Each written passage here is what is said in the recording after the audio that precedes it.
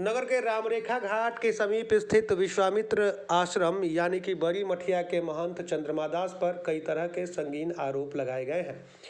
लोगों का कहना है कि महंत चंद्रमा दास मठिया से प्राप्त आमदनी को अपने व्यक्तिगत हितार्थ खर्च कर रहे हैं।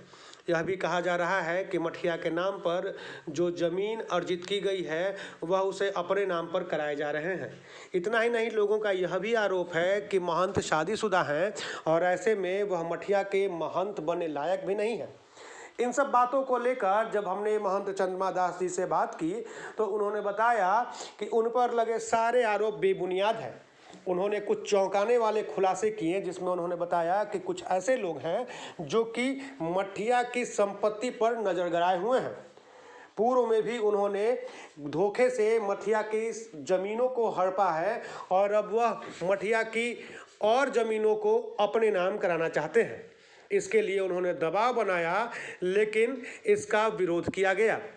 उस विरोध का यह नतीजा हुआ कि वह भ्रामक सूचनाएं लोगों के बीच प्रसारित कर रहे हैं और लोगों को यह बता रहे हैं कि बड़ी मठिया की जो संपत्ति है वह संपत्ति व्यक्तिगत लाभ के लिए उपयोग की जा रही है, जबकि ऐसा बिल्कुल नहीं है।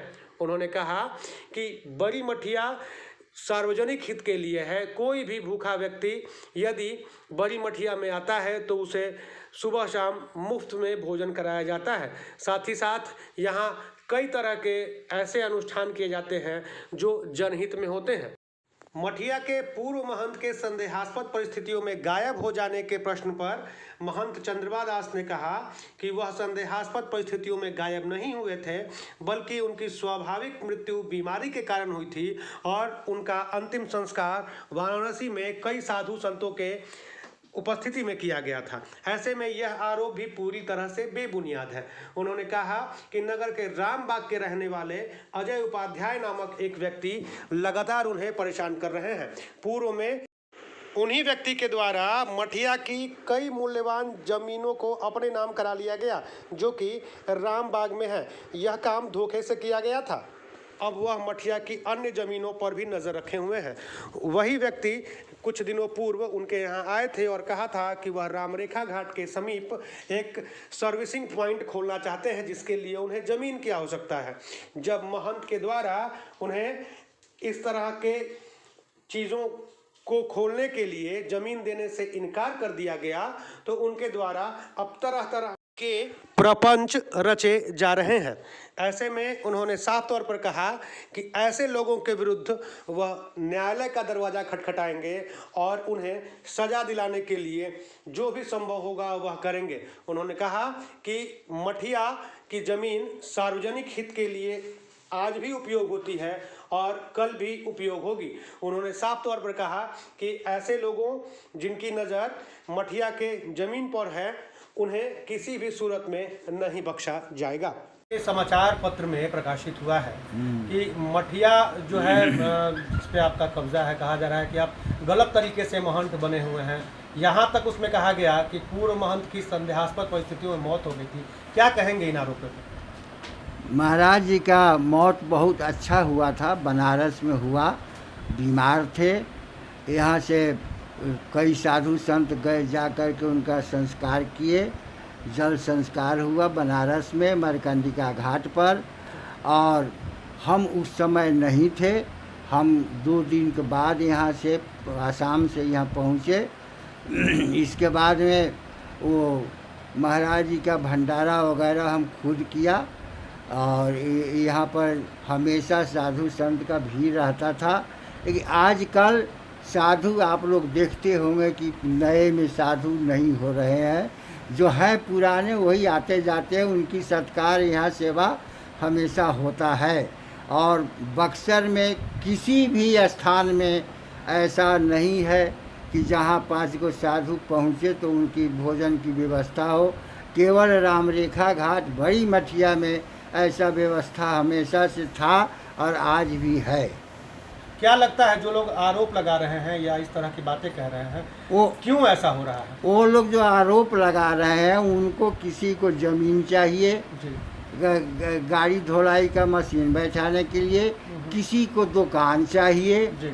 हाँ, इसीलिए न देने के चलते ये सारी उपद्रव वो लोग कर रहे हैं। अच्छा, वो शादी विवाह के बारे में भी आपके कहा जा रहा था कि आप शादीशुदा हैं और अरे बाबा, आप खुद सोचिए कि 8 साल की उम्र में हम साधु हुआ, 40 का जन्म हमारा है, 48 में हम आके बाबा जी के शरण में पड़े, 53-54 में हम आसाम चले गए अपने दादा गुरु के पास, वहाँ पर हम रहे। इसके बाद में वहाँ से हमारे दादा गुरु जी 62 में यहाँ चले आए। तब तक हम स्थान का काम वहाँ संभाला, वहाँ बाज़ार से मांगना पड़ता था, उसको हम बहुत विकास किया, भाड़ा घर वगैरह बना करके खेती का ज़मीन खरीद करके वहाँ सारी व्यवस्था किया। इसके बाद में हमारे छोटे गुरु भाई थे यहाँ पर जीतराम दास, उनको भूला फुसला करके राम बाग जो था सत्यनारायण भगवान के नाम से ज़मीन है, वो ज़मीन को ये लोग ज़बरदस्ती उसको धमका करके उससे लिखवा लिया, कोई 1 कट्ठा, कोई 1.5 कट्ठा, कोई 2 कट्ठा। किससे लिखवा लिया लोग? कौन लिखवा लिया? जीतराम दास से। अच्छा। जीतराम दास को महाराज जी पावर पटर्नी दिए हुए थे जी। इसके बाद में ये जो अजय उपाध्याय है, अजय उपाध्याय का बाप जो है कैलाश उपाध्याय, वो यहीं पर भाड़ा घर में रहते थे जी। वो रोने लगे कि बाबा हमारा इसमें गुजारा नहीं होता है, बाल बच्चा बढ़ गया, तो उनको 1 कट्ठा ज़मीन वहाँ पर दे दिया गया, जिसका कि रजिस्ट्री आज भी नहीं हुआ है, और न इन लोगों के पास वो उसका दाखिल खारिज हुआ है, और न उसका ये लोग रसीद कटाते हैं रामबाग में। और उल्टा हम ही को बोलते हैं कि ये जो है सो अनाब शनाब संपत्ति को नुकसान पहुंचाते हैं। अच्छा, तो क्या लगता है कि ब्लैकमेलिंग करने के लिए सब किया जा रहा है? हाँ, सब ब्लैकमेलिंग करने के लिए डेरा धमका करके, और जीतराम दास को लोग ज़मीन भी लिखाया, और जब जीतराम दास को जो ये फलनिया के साथ फंसा है तो फलनिया के साथ फंसा है, उसको ऐसा डरवाया कि वो यहाँ से भाग गया सब छोड़ छाड़ करके। और अब आपके पीछे भी लोग इसी वही तरीका हमारे साथ भी कर रहा है। और आपका सर पूरा परिचय बता दिया जाए। हमारा नाम महंत चंद्रमा दास है, और विश्वामित्र आश्रम बड़ी मठिया बक्सर में हम वर्तमान 30-35 साल से रहते हैं, जिसमें कि डिब्रूगढ़ भी स्थान है, इसी स्थान का वो भी स्थान है, और उसी स्थान से यहाँ सारा बना है। डिब्रूगढ़ के स्थान से यहाँ जितना ज़मीन भरखरा में, लोदीपुर में, ये सब जो खरीदा गया है, ये सब डिब्रूगढ़ के पैसा से मंदिर बना है। 48-49 में सब वहाँ डिब्रूगढ़ के पैसा से, तो वहाँ डिब्रूगढ़ देखने के लिए जाना पड़ता है, वहाँ पुजारी रहता है। हम साल में 2 बार जाते हैं, एक बार अन्नकूट में और एक बार हनुमान जयंती चैत महीने।